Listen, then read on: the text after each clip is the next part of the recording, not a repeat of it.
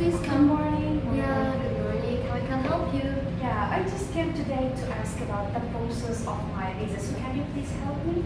So can I have your ID, please? Yes, here you go.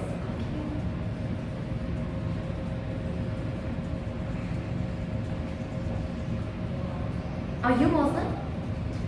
Yes, I'm a Muslim. Why? You got a problem? Oh, sorry, Miss Ella. You have to wear these badges in order to be able to get inside the USA. Otherwise, you will not be rejected. Why? Why should I? I'm a Muslim, I'm not a terrorist. I'm not going to wear this badge. Do I look like a terrorist to you? Miss Ella, please keep calm. I'll tell you. Personally, for me, no. But for the other USA, definitely yes. So please wear it and help us. I didn't get it. Listen, dear. I will explain for you everything. President Donald Trump ordered all the embassies everywhere in the world to not let the Muslim enter the USA without wearing these badges so that they can be dragged as possible terrorists. Please, Miss Ella, we are trying to stop terrorism in this country. Please help us. I don't understand. Why do you want to keep track of any person? I'm not going to wear this badge. Doesn't this remind you of the Nazi Germany when the Jewish people were ordered to wear badges as a preliminary step to be sent to concentration camps to be killed 70 years ago? Listen, I'm not going to wear this.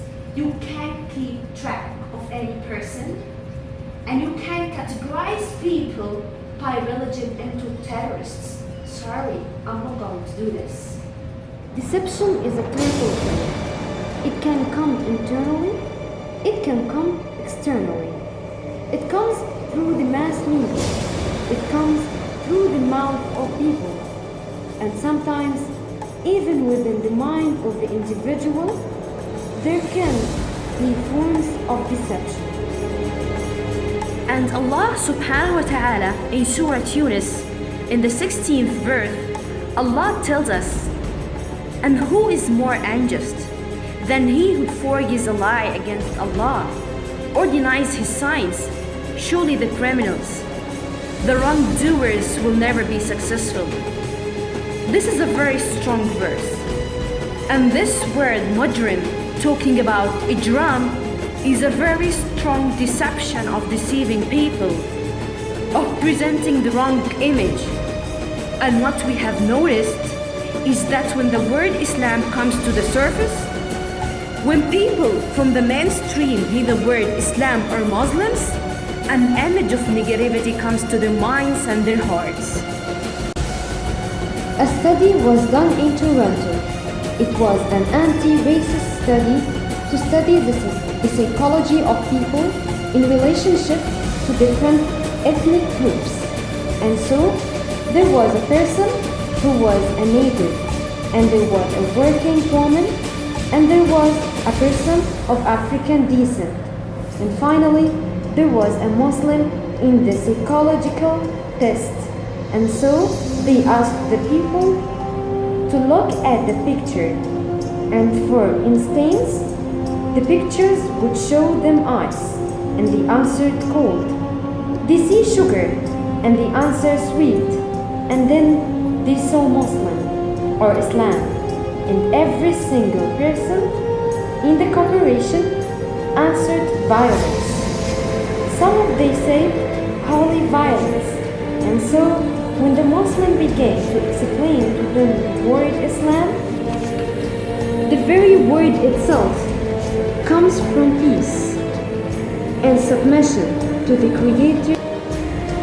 And so when the Muslim began to explain to them that the word Islam, the very word itself comes from peace, and it really means finding peace and submission to the Creator, and beginning to explain what Islam is, the people were in confusion.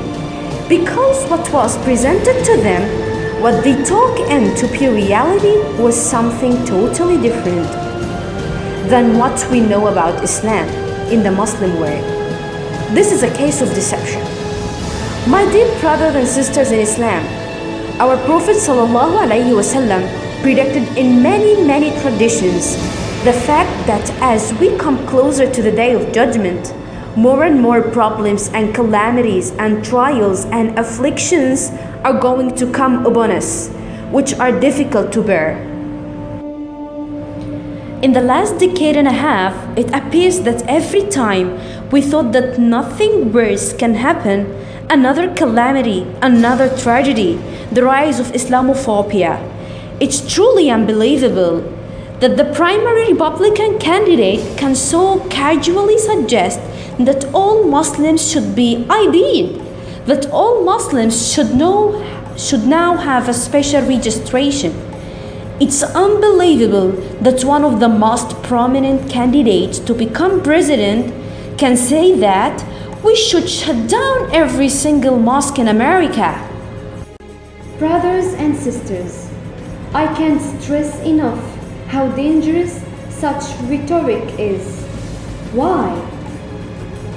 Because no law can be passed without the population somehow waiting that law to be passed. And in order for the population to want that law to be passed, it must begin by stigmatization. To simply suggest something that might be preposterous, and then it's considered to be too preposterous for now. Then it will be brought up again, then once again, and then the next thing you know, that law will become reality. If we don't start taking action now, if we take a lazy attitude, if we consider this to be mere talk, then worry about the next few years.